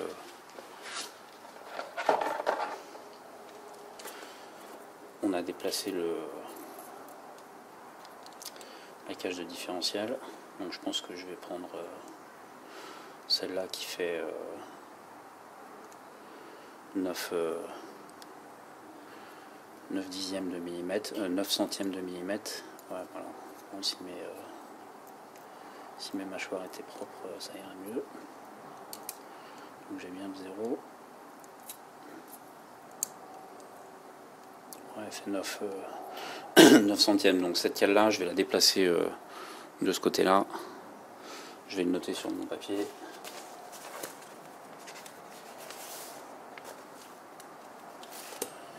Donc là, ça, de ce côté-là, plus 0,09. Voilà, comme ça après si je veux revenir en arrière, bah, c'est bon. Donc ce qui fait que maintenant de ce côté-là, j'ai 1 mm 31 centièmes. Et de ce côté-là, j'ai 9 dixièmes.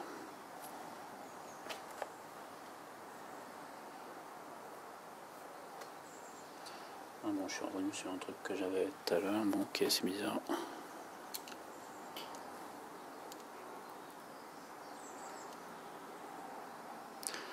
« 0,86 ». Ok.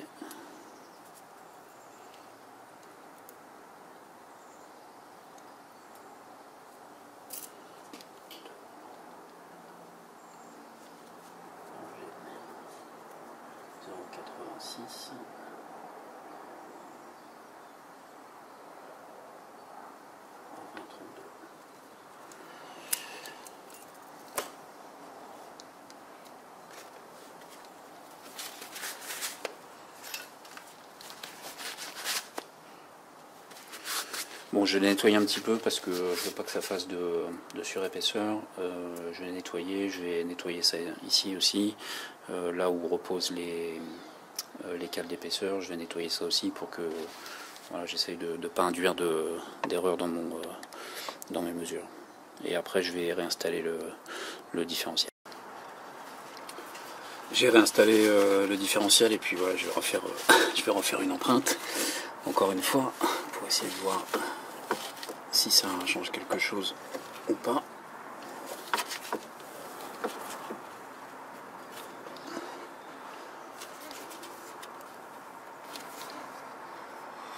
Bon, c'est mieux là, hein. C'est mieux. Je sais pas si ça va en sentir à la caméra, mais là en fait on voit bien ici que voilà, la zone centrale, c'est là où ça appuie le plus et on voit que vraiment ici, là il reste des résidus de pattes de marquage ici, mais là au milieu, bien centré, il n'y en a plus. Voilà. Donc le problème c'est que le backlash il est un peu excessif. Je crois que je suis à 0,30, un truc comme ça, on va le mesurer vite fait.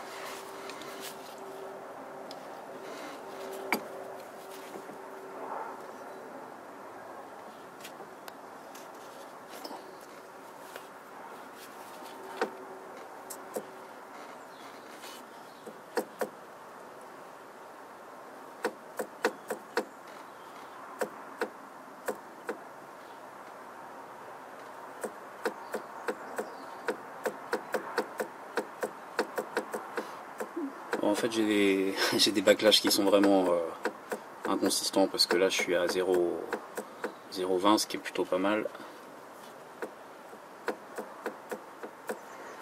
Je vais essayer sur une autre dent.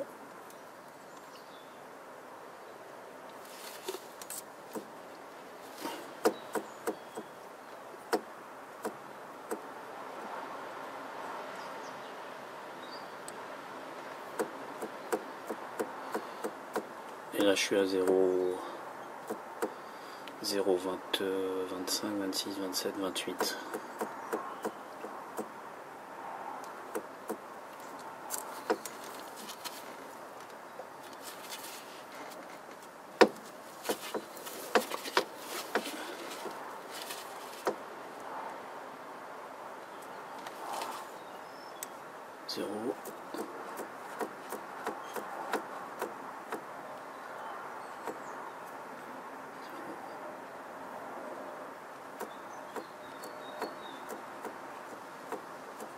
Et là je suis à 0, presque 0,30.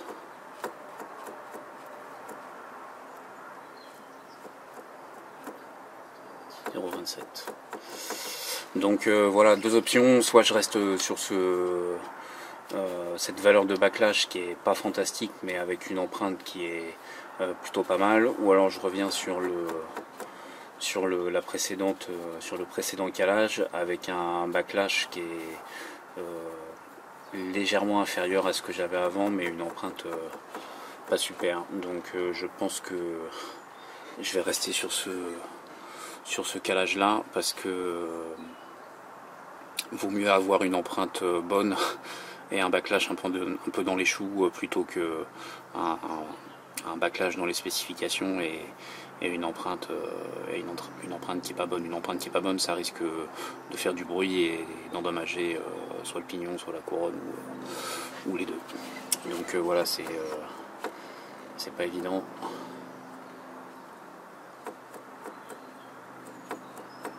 Ouais, là je suis à 0,27, 0,28.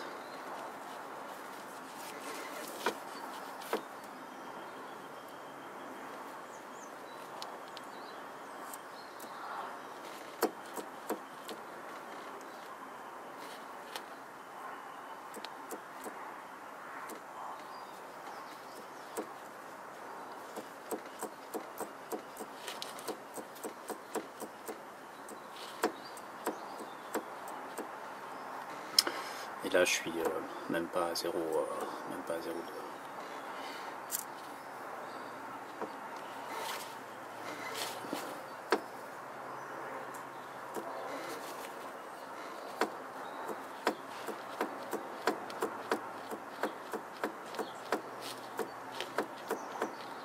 Bon, de toute façon, j'ai pas de cale plus petite qui me permettent de trouver une valeur entre les deux, donc voilà, ça va être soit l'une soit l'autre. Je vais encore refaire des empreintes, refaire des mesures de backlash, et puis je vais décider de quelle valeur définitive je vais vais utiliser, puis ensuite bah voilà, il va falloir presser les roulements, quoi. Tout en sachant que après, évidemment, une fois que c'est pressé, tu peux plus revenir en arrière, tu n'as plus de moyen de régler. La seule chose qu'il est possible de faire, c'est de déposer les roulements et de refaire les mesures avec les demi et represser après les bons roulements, quoi. Bon, finalement, je suis revenu sur le précédent réglage. Donc j'ai redéplacé la cale que j'avais pris de ce côté-là, que j'ai mise là. Je suis revenu en arrière. J'ai remesuré le backlash. Je suis dans les mêmes valeurs. Et en fait, donc là, j'ai refait de nouveau des empreintes. Et là, ici, on voit bien que voilà, la zone où il n'y a vraiment pas de patte de marquage, elle est vraiment centrée ici. Je vais le refaire.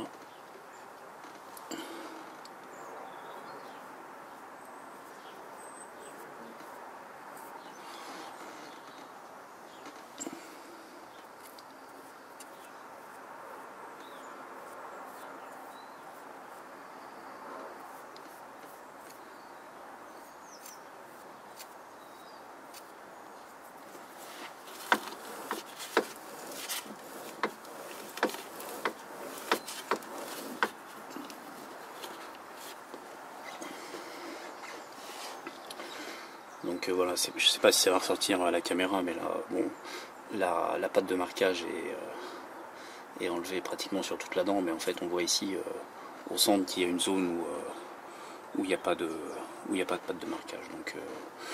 Donc voilà, j'espère que ça va être bon. C'est là où il faut pas se planter, parce que si c'est pas bon, bah, le pont risque de devenir bruyant, et puis ça risque d'endommager le pignon et la couronne. Donc je vais refaire une mesure de backlash pour la forme.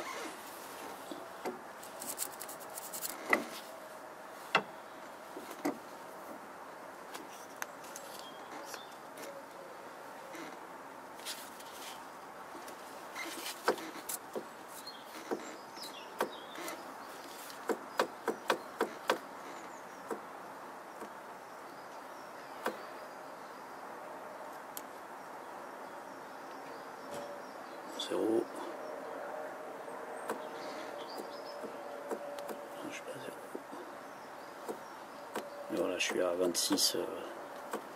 27 centièmes, donc je retombe peu près sur mes pattes. Donc voilà, bon, je vais partir là-dessus, je vais tout redéposer et puis maintenant on va presser, on va installer les roulements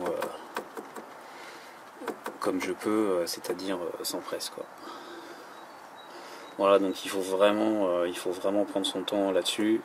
S'il y a le moindre doute, il faut recommencer jusqu'à ce que ce soit bon et comment dire, et prier pour que tout soit bon, quoi. Là je suis en train de préparer l'installation définitive des roulements, donc là je le fais pour vous montrer avec les dummy bearings. Donc là en ce moment mon différentiel il est au congélateur, les roulements ils sont dans la casserole que vous allez voir tout à l'heure, ils sont en train de baigner dans l'huile, et donc voilà, pendant l'installation il faut pas paniquer, parce que même si le différentiel au congélateur et les roulements sont au-dessus de 100 degrés dans le bain d'huile, le roulement il va pas tomber comme ça. Enfin, s'il tombe comme ça, ça serait vraiment étonnant. Donc il faut être prêt, il faut que le différentiel soit dans un étau qui soit prêt à recevoir le roulement. Il faut que le support soit stable. Moi je vais utiliser un outil comme ça en aluminium pour installer les roulements. Donc l'outil en fait le diamètre est pratiquement identique au cône du roulement, donc ça risque pas de taper sur la cage qui est à côté, même si là en fait la cage de roulement elle est pratiquement au même niveau que le cône du roulement, donc je sais pas, même si en tapant sur la cage ça devrait pas l'abîmer, mais bon, je préfère le faire comme ça. Donc je vais l'enfoncer le plus possible avec cet outil en tapant dessus. Ensuite pour la finition, pour être sûr qu'il soit bien assis, soit j'utilise un cône des anciens roulements que j'avais ici. Et voilà, là tu peux taper dessus comme ça pour l'asseoir correctement. Si t'as pas tout ça, tu peux prendre un poinçon. C'est pas un poinçon, c'est un chasse-goupille. Et ici, en te mettant sur le côté du cône de roulement, là ici en tapant un coup à gauche, un coup à droite, un coup à gauche, un coup à droite, le roulement il va descendre jusqu'en bas. Donc même si vous n'avez pas cet outil là pour le descendre le plus possible, ce qu'il faut c'est le rentrer un petit peu avec le marteau, et ensuite un coup à gauche, un coup à droite, un coup à gauche, un coup à droite, et le roulement s'empresse, même sans utiliser de l'huile chaude ou sans mettre le différentiel au congélateur, le roulement il finit par descendre et à se mettre en place. Mais bon voilà, il faut pas traîner, il faut être assez précis dans les mouvements, et puis il faut aller vite et il faut pas qu'il se bloque en travers. Donc voilà, ça va être l'installation des roulements. Donc je vais faire les deux dans la foulée pour pas perdre trop de temps. Et puis voilà, donc voilà, je vais aller faire chauffer les roulements dans l'huile chaude, et puis je vais attendre un petit peu, 1 heure que le différentiel refroidisse, et puis après je vais les poser. Évidemment il ne faut pas oublier de mettre les cales, il faut être ordonné, les cales côté couronne, les cales côté opposé et tout. Voilà. Voilà, donc j'ai mis de l'huile à chauffer, hein. Je vais faire un bain d'huile pour mes roulements. Avec ce thermomètre là je peux contrer la température, donc là elle est à 75 degrés. Voilà, je vais monter jusqu'à 100 degrés. À 100 degrés je sais que je prends pas de risque pour les roulements, et puis avec l'huile ce qui est bien c'est que la température est bien homogène, quoi. Donc pour les mettre et pour aller les pêcher tout à l'heure, je vais faire un petit crochet avec un bout de fil de fer, comme ça, qui va me permettre d'aller les pêcher tranquillement. Voilà. Parfait. Je vais faire des frites avec mes roulements. Roulement frit. Voilà, 80 degrés, c'est parfait. Pendant ce temps-là, le diff il est au congélateur.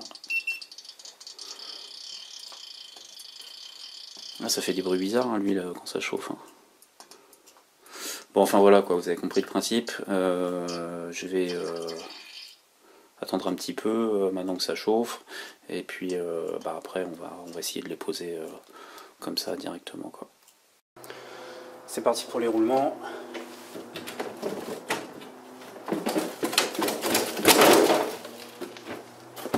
Je vais essayer de faire les deux dans la foulée. Donc le différentiel il est à moins 10 en gros. Et il ne faut pas oublier de mettre des cales. Les roulements ils sont dans la casserole avec l'huile chaude. Il faut faire attention à pas se cramer. Bon bah il est tombé tout seul, du coup j'ai même pas besoin de le taper. Bon bah voilà, c'est parfait. Ça c'est fait. Évidemment quand il va refroidir, il va se contracter un petit peu, donc il faut être sûr que voilà, il soit bien assis. Là je suis embêté parce que j'ai peur que si je le retourne il tombe, donc ça j'ai pas trop envie. Donc du coup je vais attendre un petit peu.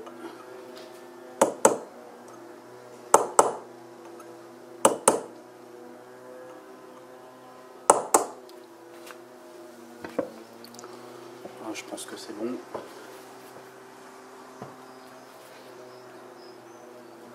Hop.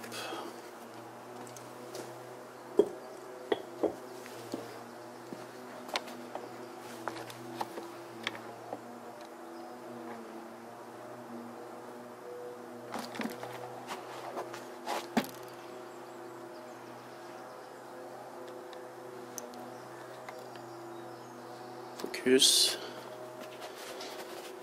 Les cales d'épaisseur.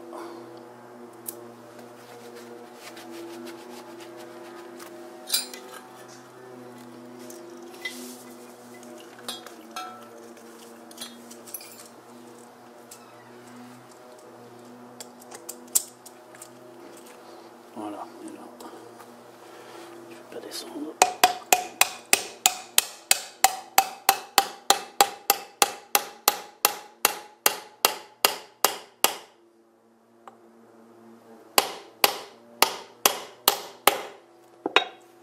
Et voilà.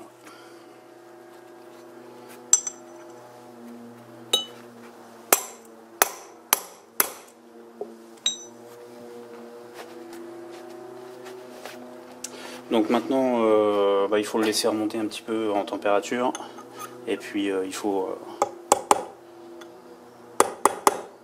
être sûr que voilà, les roulements soient bien assis, quoi.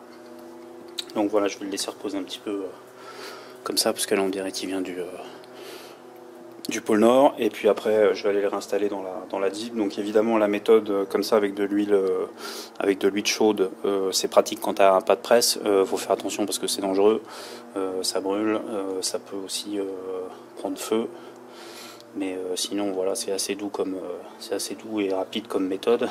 Enfin assez rapide.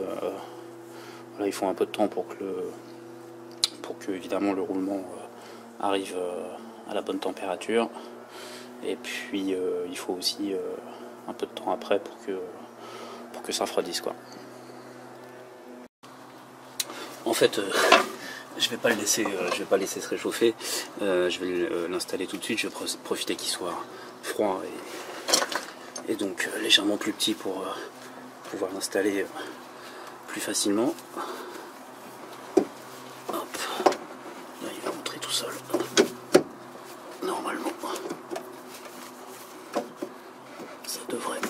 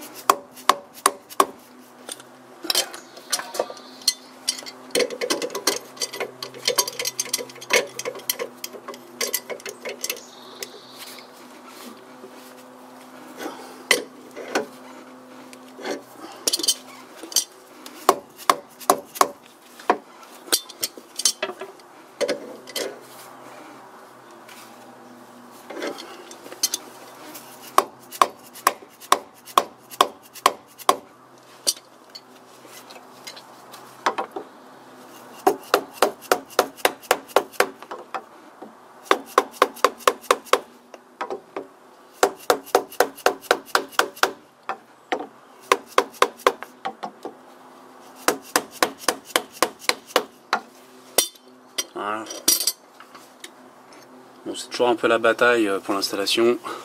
Et si t'as pas les... comment dire... Si t'as pas l'écarteur de pont, bah, c'est sûr que c'est chaud quoi.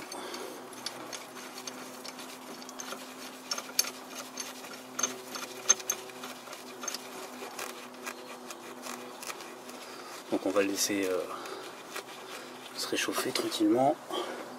Un truc que j'ai fait off caméra, c'est évidemment il faut rajouter de la graisse, pardon pas de la graisse mais de l'huile dans les roulements. Voilà, une fois que tu as posé les roulements, tu mets de la graisse par dessous pour que évidemment les roulements soient imprégnés avec de l'huile. Là on voit l'huile elle commence à couler déjà en dessous, parce que voilà, les premiers tours de roue évidemment faut pas qu'ils se fassent plus ou moins secs, bien que les roulements soient quand même huilés. C'est mieux de rajouter de l'huile de tif dedans quoi.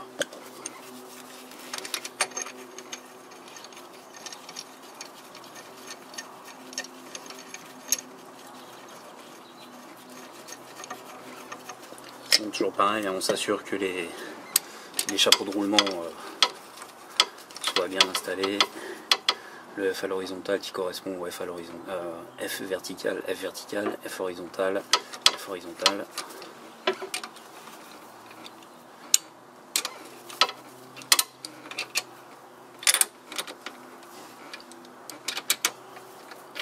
Voilà. Maintenant, je vais détendre l'écarteur.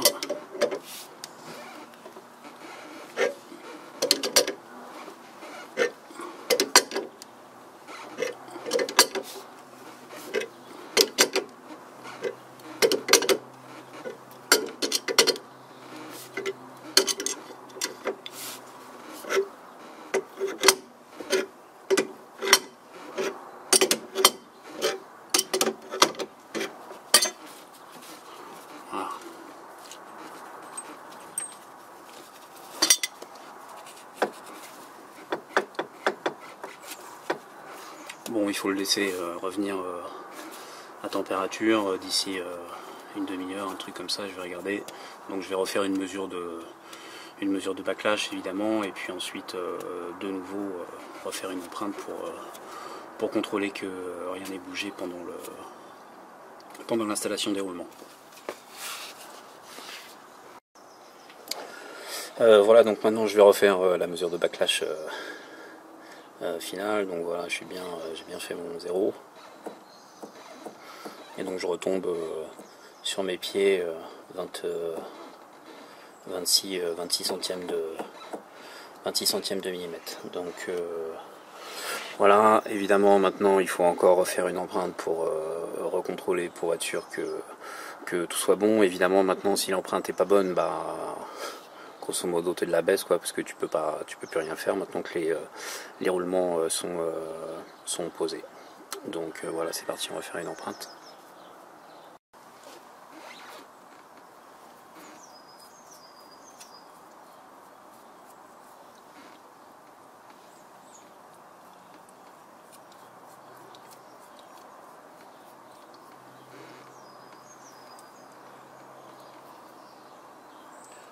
Bon, j'étais assez impatient, j'ai pas attendu que ça se réchauffe complètement.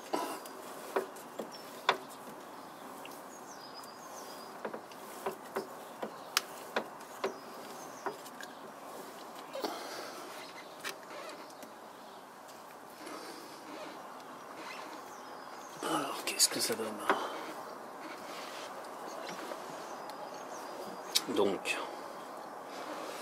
Donc on est un petit peu bas, mais bon, de toute façon maintenant j'ai pu maintenant je peux plus rien faire, donc voilà, il va falloir que ça le fasse comme ça. Je vais en faire un autre endroit pour être sûr.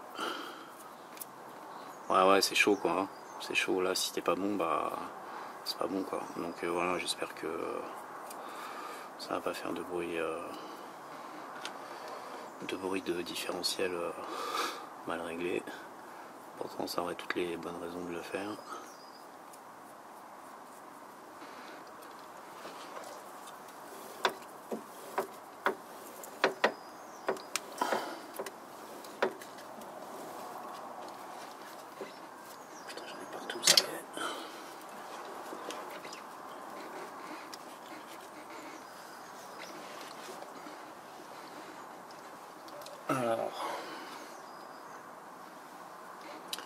Donc j'aurais tendance à dire que je suis un petit peu bas, donc ça veut dire que j'aurais pas assez de j'aurais pas assez de backlash, mais bon, comme je disais avant, voilà, de toute façon, je vais pas me retrouver complètement dans les choux en backlash parce que ça serait pas bon, non plus. L'empreinte sur le pignon, elle est plutôt pas trop mal, mais là ici, voilà, j'ai l'impression que je me trouve un petit peu bas, quoi. Donc voilà, bon, de toute façon, maintenant, voilà, soit c'est bon, soit c'est pas bon, mais en tous les cas, je peux plus rien corriger. Donc je vais serrer ça au couple, enlever enlever l'écarteur, et puis voilà, je vais remonter les arbres de roue, refaire le joint de différentiel, et puis remonter tout ça, quoi.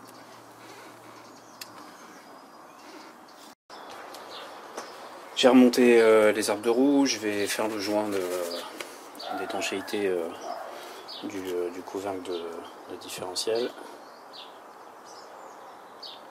Bon, je vous avoue que je suis un petit peu, j'aurais préféré avoir un meilleur résultat en termes d'empreinte, mais bon, on va pas être plus royaliste que l'on va. De toute façon, maintenant, il faut que ça marche, donc je vais tout remonter, remettre de l'huile dans le différentiel, et puis je vais aller faire un tour et écouter le bruit que ça fait en 4 roues motrices, quoi. Parce que bon, in fine, c'est ça qui est important. Putain, je suis en train de faire n'importe quoi, hein.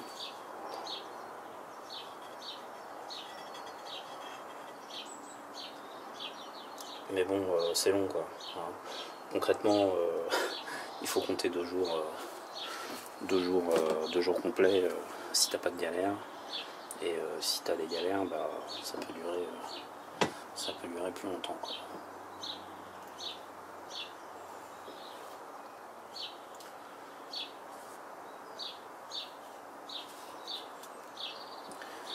Je voudrais bien savoir comment ça se passe avec un pignon et une couronne neuve, parce que là, sans avoir fait l'empreinte avant de le démonter, j'aimerais bien voir la tête de l'empreinte que j'avais avant, quoi. Putain, je suis en train de faire le joint de couvercle le plus pourri que j'ai jamais fait.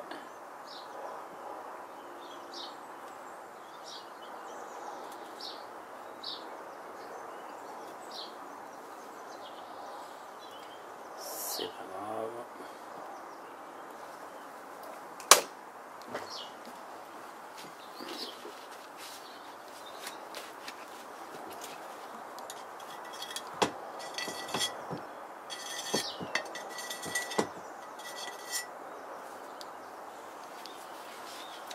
Et on verra un autre. Donc voilà, je pense que je vais arrêter la vidéo ici. Toute ma gratitude et mon respect à ceux qui sont restés jusqu'au bout, parce que je sais pas combien de temps ça va faire, mais je pense qu'on n'est pas loin des 2 heures. Voilà, c'est la méthode que j'ai utilisée moi. Évidemment, sur votre différentiel, ça va forcément donner autre chose. Donc voilà, inspirez-vous de ce que j'ai fait, prenez le meilleur, et puis mettez-le à votre sauce, quoi.